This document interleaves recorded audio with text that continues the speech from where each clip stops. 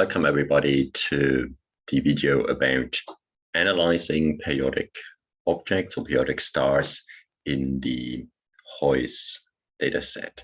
This is the first of the small science projects we will be doing with you, and the video gives you a little bit of an introduction to periodic variables in the HOYS target fields, and we will then talk you through how to run the project with one of those Jupyter notebooks that we provide for you, similar to the one that you use to stack your images. So starting with periodic variables, there are a large number of different objects which vary in a periodic way for very different reasons that can be found in these HOYS target fields. So the HOYS project itself is of course focused on young stars. So the most of the examples will be young stellar objects which somehow vary periodically, but there's also a couple of other types of periodic variables which are not necessarily young stars. The 5 examples that are shown here, we'll briefly talk about them. So the first kind of periodic variability that you can get when you look at, in particular, a young star, is the star can have spots on the surface. These can be similar to the to sunspots. So there's dark areas on the surface, but in young stars you can also get hotspots where matter accretes from the disk onto a small part of the surface of the star, creating a hotspot when the matter crashes into the surface during the accretion process. And the stars themselves, of course, they rotate with a certain period. And if you roughly see the star from the equator, so edge on, looking edge on into the system, then if there's only one spot, for example, on the surface, if the spot is visible to the observer, so it's kind of in the front, then if it's let's say a hot spot, then the star will be slightly brighter compared to when the spot is on the other side, when we can't see that. So the hot bright area isn't visible. So similar to this, you can get dark spots on the surface, and if they are visible, the star is actually slightly fainter than compared to when the dark spot isn't visible. So you see the entire bright part of the surface, and that typically causes periodic variability with the rotation period of the star. Here's one of those examples, how that brightness of the star varies in different filters as a function of the phase of the light curve. So you'll see basically 2 complete rotations of the star, and the entire light curve folded onto this. In this particular case, the period is about a week, or 7.3 days. And you see this can kind of look, in principle, like almost a sine function. So this is one case where you can get periodic variability, and that period will always be the rotation period if there are these spots on the star. In a very similar case can happen when you have material in an accretion disk around the young star that is orbiting around the star, and somehow that material isn't homogeneously distributed. So there's one part in that disk which, when it moves in front of the star, contains more material than other parts of the disk. Again, what will happen is if the material moves in front of the star, it will scatter and absorb some of the starlight, and the whole system will be slightly fainter, and then if that bit of material moves out of the line of sight, the object gets brighter again. And we again can see a periodic signal from that if that occulting material keeps coming back. And there's some scenarios where you can keep the material for a reasonably long amount of time in a structure, for example, with magnetic fields, so that you will get a periodic signal of that material coming and occulting some of the light of the stars. The light curves, they can in principle look almost identical to the ones you would see from the spots on the surface. So here's an example for one object where we know that in this case the dimming of the light is caused by occulting material in the disk, and it's similarly plotted over 2 periods here. In this case, the period is about 4 days. And you can see if I just show you those 2 light curves, it's very hard to distinguish with the naked eye which case is which. That needs some more detailed analysis. In particular, how the amount of variation here changes as a function of wavelengths. That is a good indicator. That is what allows us later on to distinguish that these are this variation here on the right is caused by spots, and the one on the left is caused by occultations from the dust. And the period of this kind of behavior, that is basically the orbital period of that structure in the disk that is moving around. So while the period for the spots on the surface will typically not change, the rotation period of the stars stay the same, even if the spots appear and disappear. If the spots disappear, the signal will go away, so the light curve becomes flat. But if you get different spots, you get a similar looking light curve of the same period. Here, if you have these occulting disk structures, if that structure disappears and you get a new one, that will not necessarily always be in exactly the same place or the same separation from the star, and hence you might not just get a change in the amplitudes here, but also maybe a change in the period if you get the structure at a different separation. So it's further away from the star, the period will get longer as well. So these are 2 examples what can happen on young stars with periodic signals. Similarly, you can get stars which show outbursts in brightness, so they get brighter.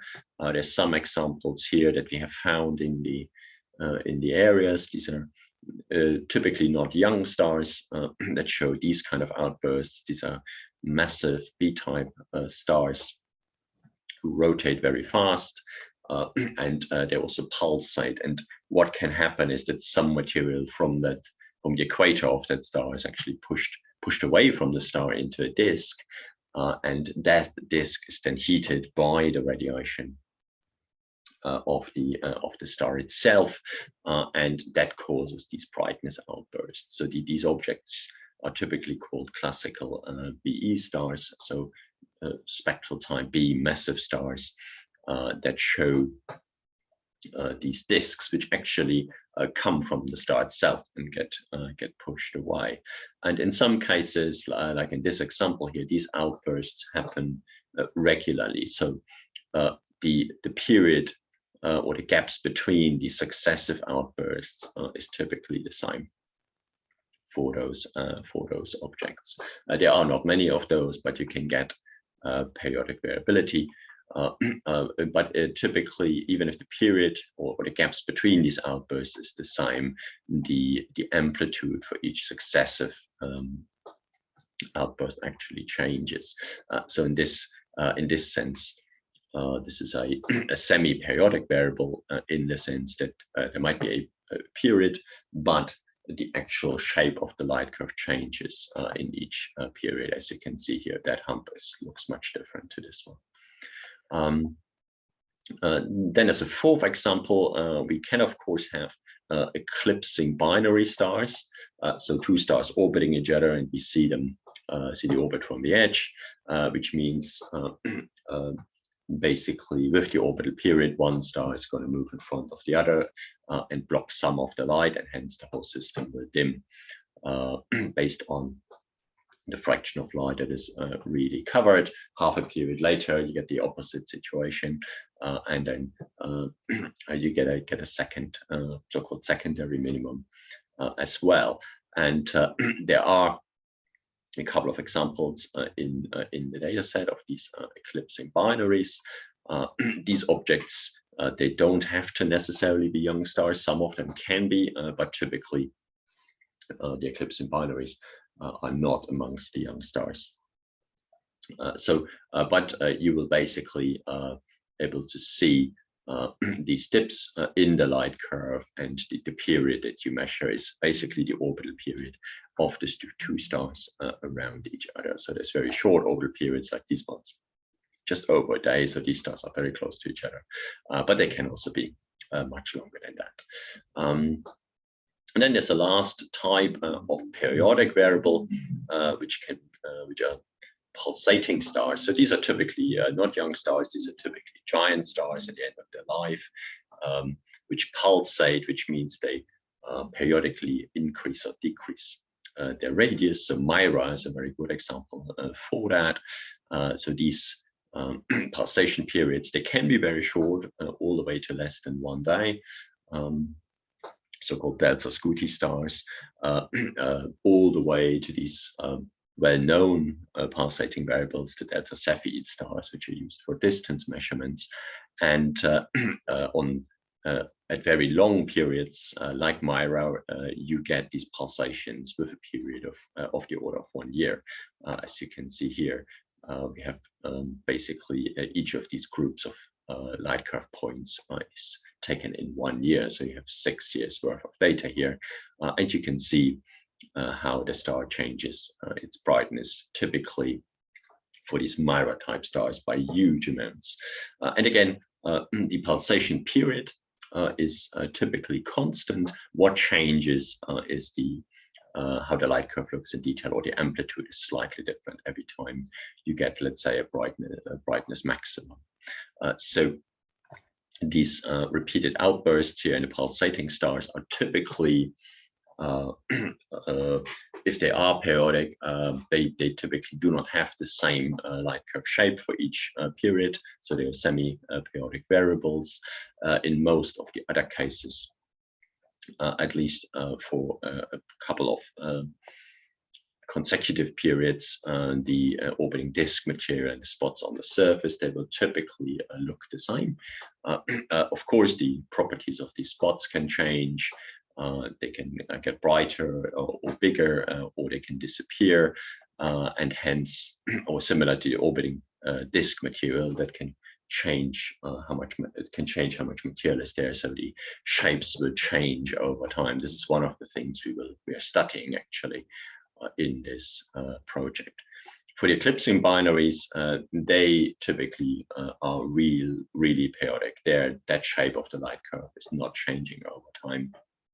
These are very stable light curves.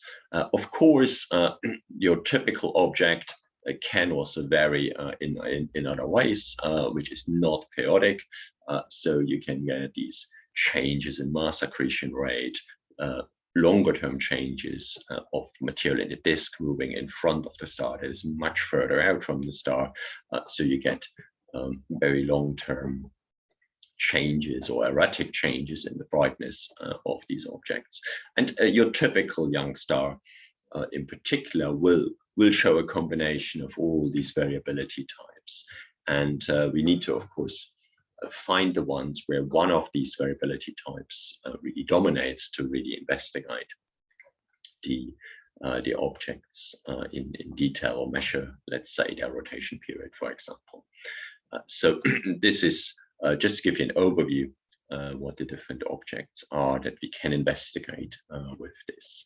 Now, how do we actually measure the periods? What we first do is we create what we call a folded light curve.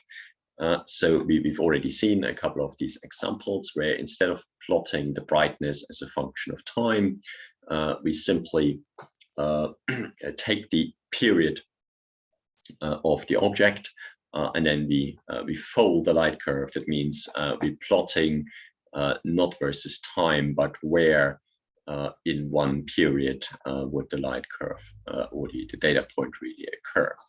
And so typically the plots that you see on the website, they show 2 periods, which makes it look a little bit nicer. And once we understand how these folded light curves are made, so you basically, instead of time, you're plotting against the fraction of the period that you have, and then once your time is longer than 1 period, you start from the beginning again, and you line up all your data points in phase. Then you can generate a parallelogram to tell you what is the most likely period of this object. And what this parallelogram is, it's shown here. It basically tells you how likely it is. So the y-axis on the parallelogram is some measure that tells you how likely it is that the object has a given period, which is plotted on the x-axis here. And you simply test a large number of periods to see is this a likely period of the object or not. And basically what you do is you pick all these periods, and for each period you create one of those folded light curves. So for example, this is a parallelogram of one of the young stars in our field, and what we have done is we folded a light curve here with a period of just over 7 days, and then the data points in the folded light curve look like this. You can clearly see there's some variation. So it looks a little bit almost like a sine function. If you pick any period apart from that, so let's say it's 3.2 days or something, and you create your phase folded light curve for that period, then you see there's just a lot of scatter, and there's no structure in this phase folded light curve. So there's a lot of noise. And what a parallelogram basically does is it typically assumes a shape of the light curve, so maybe something like a sine function, and it tells you how close is that folded light curve to your assumed shape, i.e. maybe a sine function. And basically the higher the value here in the parallelogram for a given period, the more closely does your folded light curve for that period resemble a sine function in this case. And you can see for this example, the correct period, if you pick that, would be 7-point-something days. It's actually the star here on the top. And just a small fraction of the data just plotted. And so you get a peak there as this being the correct period. If you use the wrong period, there's no peak, so just a little bit of noise that indicates there's most likely no period whatsoever. So typically you get a couple of other peaks here, and it is sometimes difficult to decide which is the correct peak if the peaks have similar height. Right, so typically the highest peak is the most likely period, but then typically at short periods you get a lot of these peaks, which sometimes can be very high, and it can be difficult to judge which is the correct period. Typically, you shouldn't trust any of these peaks in a parallelogram that have periods that is shorter than the typical gap between your data points. So, for example, as a default in our data, typically there's one observation a day. Hence, any period which are smaller than 1 day, you can't really trust that the parallelogram gets that right. So typically these should be ignored. Now, how do we do this with real data? So we made one of those Jupyter notebooks, similar to the one that you have seen or for the stacking. It can be found on this address. I'll put there's a link just above the video on the website as well. Now let's have a look how this actually looks. So this is the live version of that. And again, all that you need is to start a notebook by double-clicking on it, and it will load the Python code of the notebook itself, which, similar to what you've done for the stacking, you simply can read through the comments, see a bit more explanation of what's going on, and simply execute the blocks either by pressing Shift Enter or clicking the Run button here one by one. And so in particular, when you get to one of those blocks here, when that will be executed, once that's done, the active button moves down. So the first block, similar to the stacking, simply loads a lot of packages which we need to actually run the code. What the second block does is it loads all the available light curve files which we have. So there's a directory here called light curve CSV file. So if you double click on that, it shows you a number of example light curves which you can play with, and I'll show you towards the end how you can actually upload your own file that you got from our database of your own object, how you can put this there, and then that will be available for you to analyze as well. So if we execute that, it simply makes a list of all the files, and then you can select which of the objects you would like to analyze. Let's pick this one here called Linkage Alpha 146, and then you click on the block below and you simply execute the next bits of code. So this block here, if you run that, what it will do is will simply read in this file and display all the data that's in it. You can see there's a huge number of data points for that. So each measurement here is one photometry data point that's in the light curve, and you can kind of have a look at the numbers, but this is just so we can see it's actually doing the right thing. And if you go to the next block down there, that will now read in the data into arrays and allows you to make certain selections of the data. So on the top here, you can change which filter we are looking at. So you can do this period analysis, usually only for one filter. Let's just pick the red filter. You can limit the amount of dates which you want to look at. So we just, at the moment, if you leave these sliders, which you can move from the start or the end, if you leave them at the start and the end, it will analyze all the data, and we'll see later that sometimes that's not really a good idea, or we can just focus on a certain part of the light curve and then see, do we see any changes if you then use a second part of the light curve. It also allows you to make certain quality cuts. So how accurate do your data points have to be? So again, you can experiment with this. If you include very large or points with very large error bars, and you might get a lot of outlier points. If you limit this to only 0.1 magnitude for the error, then you might actually, if you have a faint star you want to analyze, you might actually remove all the data points and there's nothing there. But let's keep it to the small error bars so things look nicer. Then we have this additional slider which says median filter window. Now what it does is your star might have a periodic signal, for example, due to the rotation of the star and there's being spots. But generally on a larger time scale, the star might vary by a certain amount over time due to other types of variability which change the brightness slower. So there might be a gradient in the brightness of the star.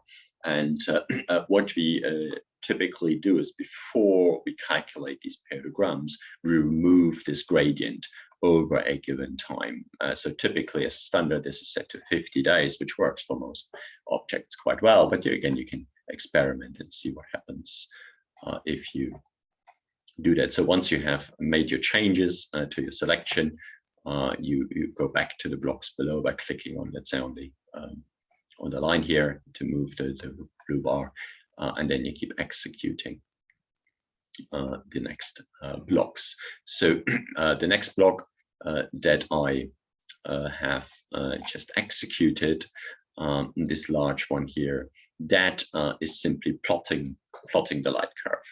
Right, so this is the light curve in the filter that we selected.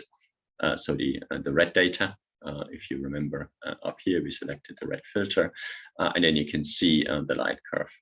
There are some outlying data points which are clearly not part of the objects. You can remove them by changing the bits which are visible. So we can basically move the upper end to about 16 magnitude, and then they are going away. And then what you see is the light curve is mostly flat. This comes in part from this removal of any long-term trends averaged over 50 days. So that's why the light curve is usually nice and flat. And there isn't much you can see. There's quite a lot of scatter here. All these windows, all these plots, you can zoom by just clicking in, and you can, for example, zoom into that part of the light curve here, where you can clearly see there is a periodic variability here. You can see the light curve going up and down. Right, so all the examples we have given you do have a nice periodic light curve. And you can kind of have a look around at the light curve, but the next, oops, my selection has disappeared. So if you run the next block, that will actually generate that parallelogram, and we can have a look how this actually looks like. So once you have done that, the block will create a parallelogram similar to the one that we have seen in the example. And again, so on the x-axis here, you've got your periods that it has tested all the way to 100 days in this case. And this is that power of the parallelogram, so telling you how likely is it that the object has a real period at that. So you can change with the slider here what is the longest period you want to see. Most of the young stars that we are interested in do have short periods, and so or you can simply kind of zoom into the bit that is really interesting. And so what you can see here, that there's two periods. This is a much higher one of about 7 days of the period, or 7.4 days for the most likely period. It will even tell you what it thinks is the right period, so it picks the highest peak. That will be used later on for the phase folded light curve. And there's a second peak here at a slightly shorter period of 1.15 days. So you can kind of zoom out again, oops, to the full one by either using that auto scale, or you just double click on the window that typically will also reset the zoom.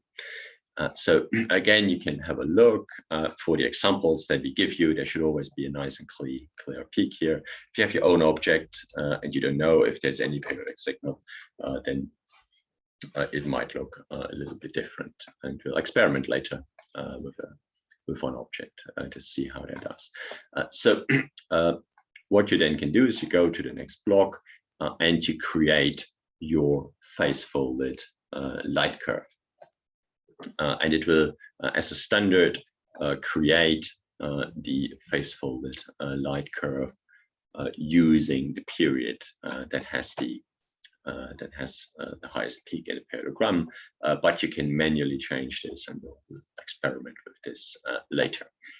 So let's run the making the phase folded light curve. There it is. There's a couple of things that we do. So the blue points is basically the data, the magnitudes folded with that period of 7 and a few days, 7.36 days, into phase space, and then you just have the magnitudes on the left. The red thing is basically a model sine function with kind of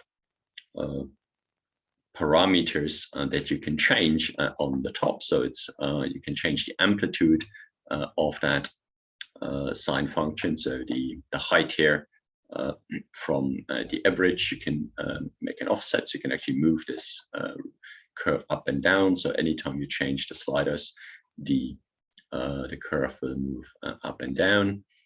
So let's move it roughly where it should be, in the middle, and the phase shift, so moving the curve basically left or right. So what you can then basically do is you can try to find a way to move the red points kind of where the blue points are, to simply measure the amplitude of your variations, right? So that you can see it's a bit higher than for the red points. You can make this a little bit smaller, which gets reasonably close, maybe moving it a little bit up or down.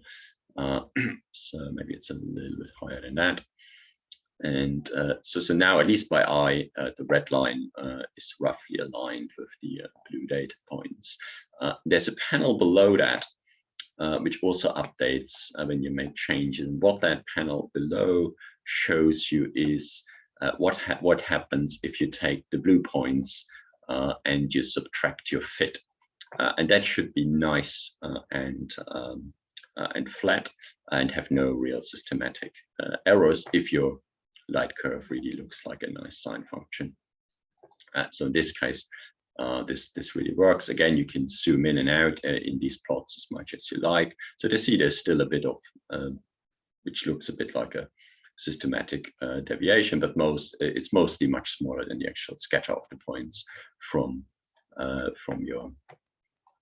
zero, which is basically what you would like to do. So you can play a little bit around if it gets better, if you make the amplitude a little bit smaller. So instead of 0.09, we use 0.08 magnitudes. And then you can see it's probably not a good idea. You can kind of see a little wavy pattern there going on. So maybe the amplitude was actually better if you make it higher. So you can play a little bit around with this and in essence just estimate the amplitude of your variations. So hence what you're able to do is you can measure the period of the variability, and if it at least looks like a sine function, you can use these sliders here at the bottom to measure the amplitude of the variability, right? And you can do that for every filter, and you can see the period should be basically the same in all the filters, but the amplitude might change, and this is something that we will use in our research. We look how does the amplitude change with the different filters, which allows us then to really estimate the sizes and temperatures of the spots, if this variation comes from spots, and we can even decide based on these different amplitudes, is it actually a spot or is it a structure of material in a disk that is orbiting around. So that is something you can try. You could basically just go back to the top and pick a different filter. So we've run this for the red filter here, and we've seen the amplitude was 0.09 magnitudes. If we do this for one of the other filters, let's try and see if there's enough blue data in that. So we make the selection and then in essence run all the blocks again, which are below the selection box. So the first thing is we create a light curve, and what you see is there's much less data points. So if you zoom in here, you can still see the variability nicely for certain times of the year. So this might actually work. And then we have a look at the periodogram.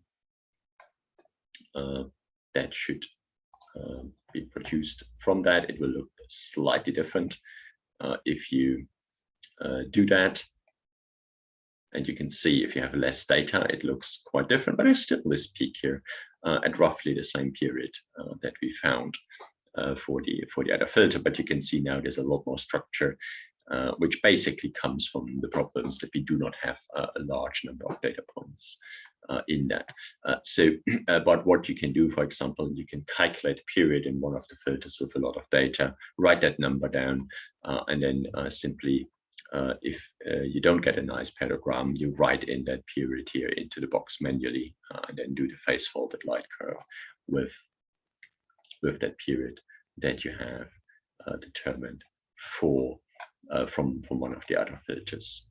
So let's do the phase folded light curve for the blue filter. And so what you see is it kind of works. It nicely aligns. There's a few data points here which don't seem to be really part of the light curve, or shouldn't be a part of the light curve. So it might have been a good idea to remove them, but we can now try to at least fit the amplitude of that, and so this is already quite reasonable, fit. So there's a lot of scatter going on here at the minima. The object is very faint, so that the objects or the brightnesses are probably reasonably uncertain. But now the red line roughly matches the blue one. There's quite a lot of scatter here because of these outlier data points. But in principle, you can see you have a reasonable fit. Maybe the light curve isn't really a sine function, but what you see is the amplitude is much higher than for the other filter. Right, so that is something you can do. You can measure the amplitudes at different wavelengths and simply see how does your particular object really change. So as I said, one of the things you can do is you can also limit the amount of days here that you include. But to do this, let's also show you how to investigate your own light curve. So I've picked an object that we used in one of the light curves of the week, number 110 here, where we had seen there is a nice periodic signal, but the way the signal looks changes over time. So initially, it looks quite nice with this kind of triangular shaped light curve. Later on, it's still periodic, but the shape has slightly changed. And then if you look a year later, there's almost no periodicity anymore. So this object is called BS Velorum. And what you can do is you can try to get the light curve out from that star. So this is the full HOYS data that we have up to now from the database. And if you zoom in to actually let's just use the infrared, the red and the green data. At the very beginning, you see this nice periodic signal, which is part of that picture from the website. So if you zoom into another part of the light curve, let's say here, roughly the same amount of days, then you see it's mostly flat. So that star really changes. So if this is really spots on the surface, then during that time, they were very weak or there were no spots. So basically, it looks just like noise. And then later on, if you just look at the most recent data of that, just limited to the green, red, and infrared. Again, it's reasonably flat. You could kind of zoom your way or kind of travel your way along the light curve quite easily by just sliding it. And you can see that here it seems to be periodic variable, and then it changes all the time. So what if you want to investigate that object a bit more detail?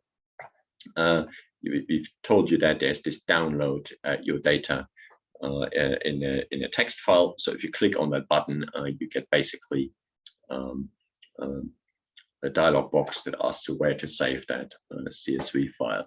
And then once you put that on your hard drive, and I've done this before, you can upload it into this directory. So if you go into that directory, so initially you're here, so if you double click on the directory name, it opens up the directory, and then there's an upload button here, which you can press, which asks you for your file. So I've called it bsvalorum.txt, and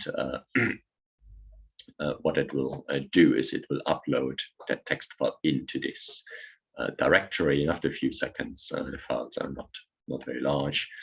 After a few seconds, this will appear, and then what you can do is you can go to the very top to that second block here, which reads in the directory structure, and start executing that, and that now allows you to select your object. So it's sorted alphabetically. That's why I've done this automatically.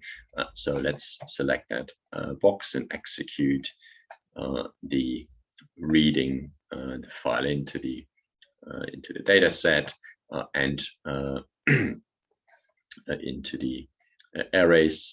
So again, you have the same sliders here, which you can change in a minute. And let's just, as a next step, plot the light curve. So this is the entire light curve here. You can see it looks like on the website. There's a few outliers which you can then just remove by changing this slider. And so one of the things you see is where that kind of overall trend comes in that we remove. There seems to be a slight trend in the general brightness over time. So if we just kind of execute the parallelogram for that object, again, it shows us here our parallelogram, and what you see is this is one of those cases where there's a lot of peaks at very short periods near 1 day, which I said do not really trust them unless it's extremely high and there's no other high peaks. So it automatically gets a period of about 1.12 days, quite noisy. And then what we think is probably the correct period of about 9 days here.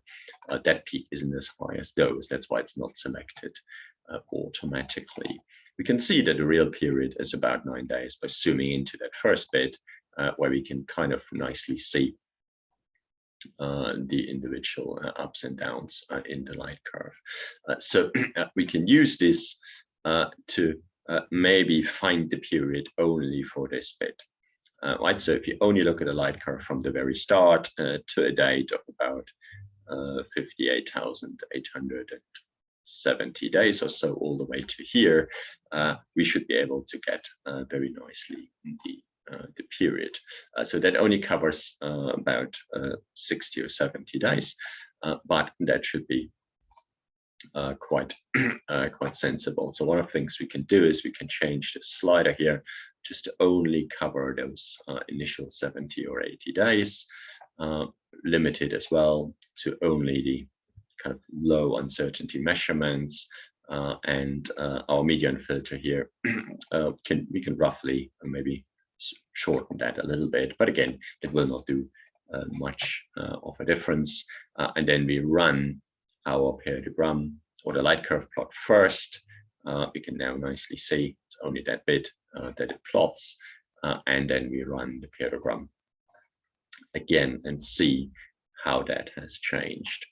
Right, so that has now changed in the the way it looks. It still has these very high peaks at very low periods, which we should ignore, and it uses hence the wrong period. So the highest peak is a quarter day, but it's actually roughly 9 days. So what you can basically do is you can either zoom in to that bit and then read off the periods at 9.06 days or something like that, and that is period, so 9.06 days, and what we want is the phase folded light curve with that with the period. So you click on the next box and you run the phase folding of your data. So and you can see the blue points kind of nicely roughly look like a periodic function. The data points here are grouped a little bit because the period is very close to an integer day, and the observations are taken roughly once a day.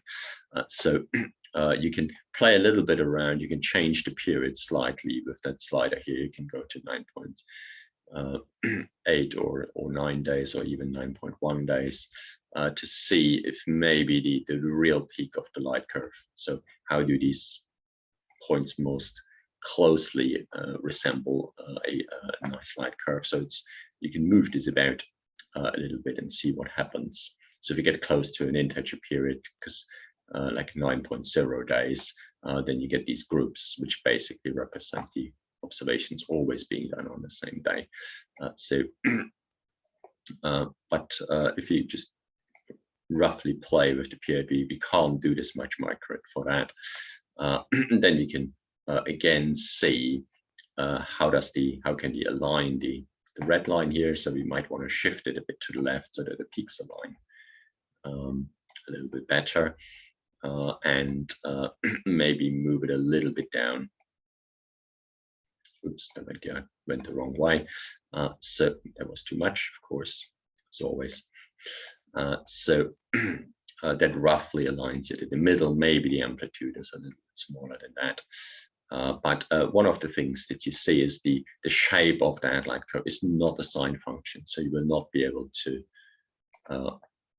actually make a nice alignment of these objects measurements with that sine function. So there will always be some weird systematic noise going there, because it doesn't really look like a sine function. It still allows you roughly to measure the amplitude in this case as 0.06 magnitudes.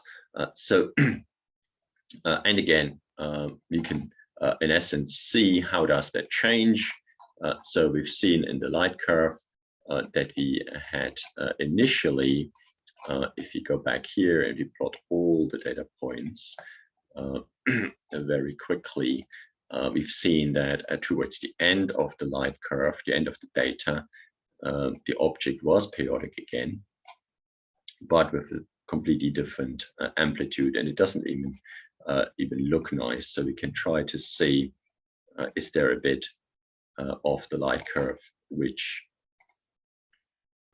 shows some other periodic variability. So this part, for example, you can see nicely the periodic signal again. So if you use that, so 59,300 to maybe 400, then we can try to see, does the amplitude really change? So if you use those 100 days, 9,400 here, it's a bit tricky to get this right. But again, if you only plot that bit, or you use this bit of the light curve, then we can see what happens, A, to our periodogram, and then B, to the measurements of the amplitude. So again, the periodogram has a peak at roughly this 9.1 day period here, and it has these short peaks which are not real. So again, we need to change this. Let's use the same as before. Remember the amplitude that we had at the beginning of the light curve, 0.06, and we can see if that has changed in the later part.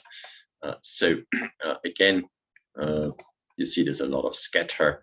You can try to align the red line. It's not a sine function, so it won't work really perfectly for this example, but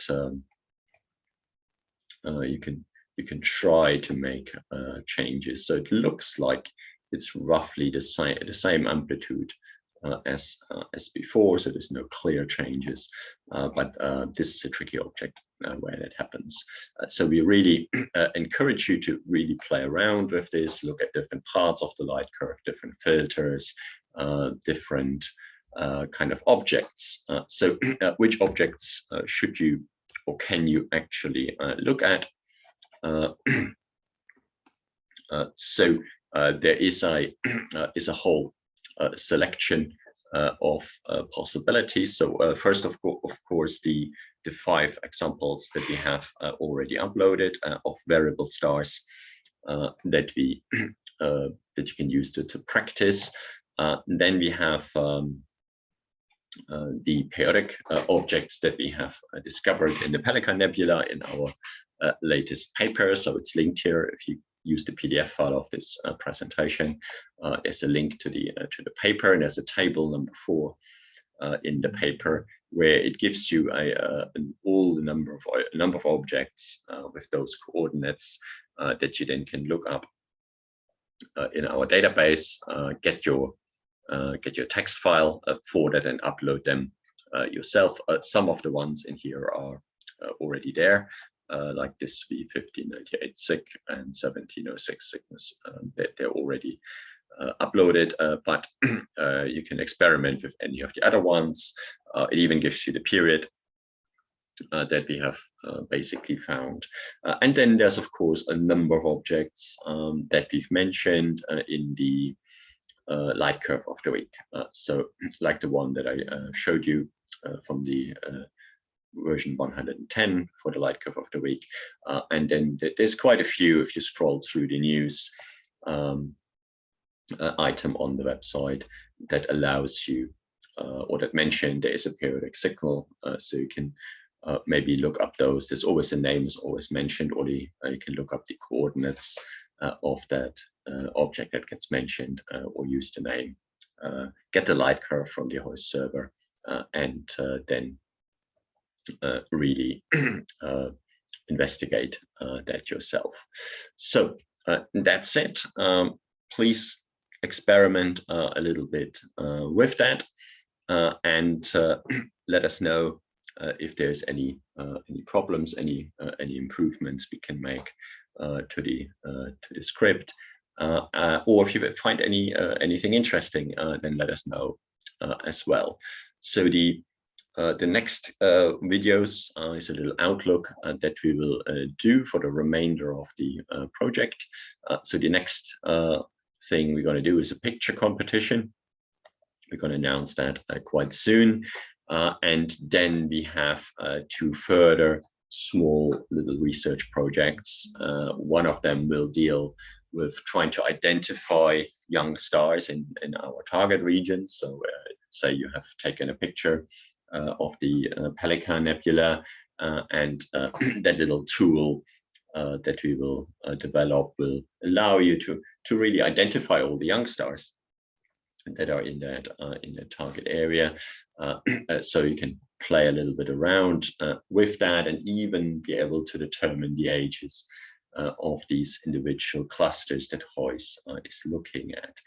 And the last little project that we are planning on doing with you is studying color changes of young stars. So this is typically applicable to these objects which vary quite randomly, and the light curve of the week have a lot of these examples, and that tool will basically allow you to take one of those light curves from one of the objects and study how the changes in brightness and color are correlated, and allow you to make a judgment or an educated guess if these variations are due to occultations of this material, or potentially changes in the accretion rate.